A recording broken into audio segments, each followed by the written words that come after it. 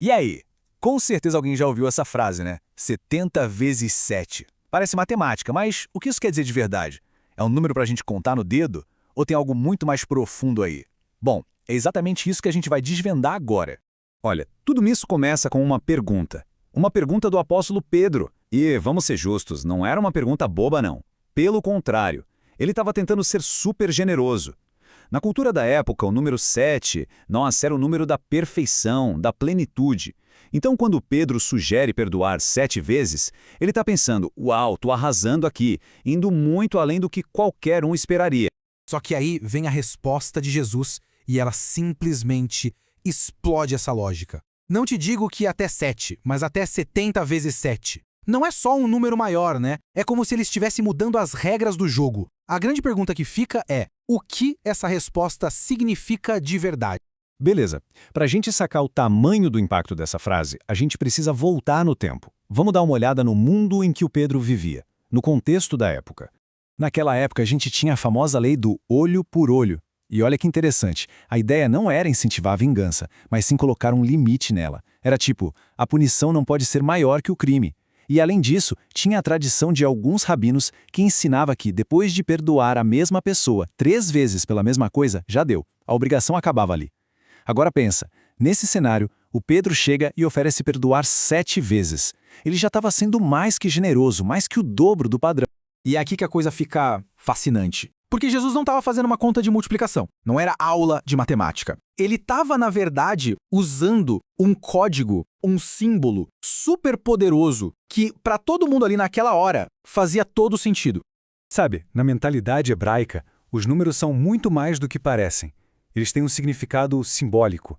O número 7, como a gente viu, representa perfeição, algo completo, divino. E 70. 70 é como se pegasse essa totalidade e a amplificasse. Então, 70 vezes 7 não é para a gente pegar a calculadora e chegar em 490. A ideia é outra. É um perdão sem fim, completo. Um perdão que não se conta. E agora, a chave para decifrar esse código. Presta atenção. Essa expressão, 70 vezes 7, ela não aparece ali pela primeira vez. Ela já está lá atrás, no livro de Gênesis. E quem a usa é Lameque, um descendente de Caim. Só que ele usa para se gabar de uma vingança ilimitada, exatamente a mesma frase. Então percebe a jogada de mestre? De um lado, em Gênesis, a gente tem a humanidade pegando essa expressão 70 vezes 7 e transformando ela no símbolo máximo da escalada da vingança. Do outro lado, em Mateus, Jesus pega essa mesma expressão e a vira de cabeça para baixo. Ele a transforma no símbolo máximo da escalada da graça. Onde o mundo multiplicava a vingança, a proposta agora é multiplicar o perdão. Certo. A gente já entendeu que o perdão é ilimitado. Mas o que isso quer dizer na prática? Como isso funciona no nosso dia a dia? Para entender isso, a gente precisa olhar para a palavra original usada no grego, aphiemi. E ela significa literalmente liberar, soltar, cancelar uma dívida. Ou seja, perdoar não é fingir que nada aconteceu ou tentar esquecer. É um ato, uma decisão de abrir mão do direito de cobrar aquilo que nos devem. É como rasgar a nota promissória. E para deixar isso ainda mais claro, logo em seguida Jesus conta uma história, a parábola do servo impiedoso. É a história de um cara que devia uma fortuna, uma dívida impossível de pagar, e o rei simplesmente perdoa tudo. Mas aí esse mesmo cara sai dali e encontra um colega que lhe devia uma merreca, uma quantia minúscula, e se recusa a perdoar. A lição é brutal e direta. Quem não perdoa o pouco que lhe devem, na verdade nunca entendeu o tamanho da dívida que já foi perdoada. A lógica aqui é bem clara. Existe um perdão que vem de cima para baixo, o perdão vertical de Deus para as pessoas, e a ideia é que esse perdão gere um efeito em cascata, o perdão horizontal, de pessoa para pessoa. Uma coisa é consequência da outra. Tá, mas aí sempre surge aquela pergunta, né? Peraí, mas isso é justo? Perdoar assim sem limites não é passar a mão na cabeça de quem errou? Não é deixar o ofensor se safar? É uma pergunta importante. E é fundamental a gente entender o que o perdão não é. Perdoar não é negar dor ou minimizar o mal que foi feito. Não é concordar em continuar sendo abusado. Também não significa que não haverá consequências para os atos.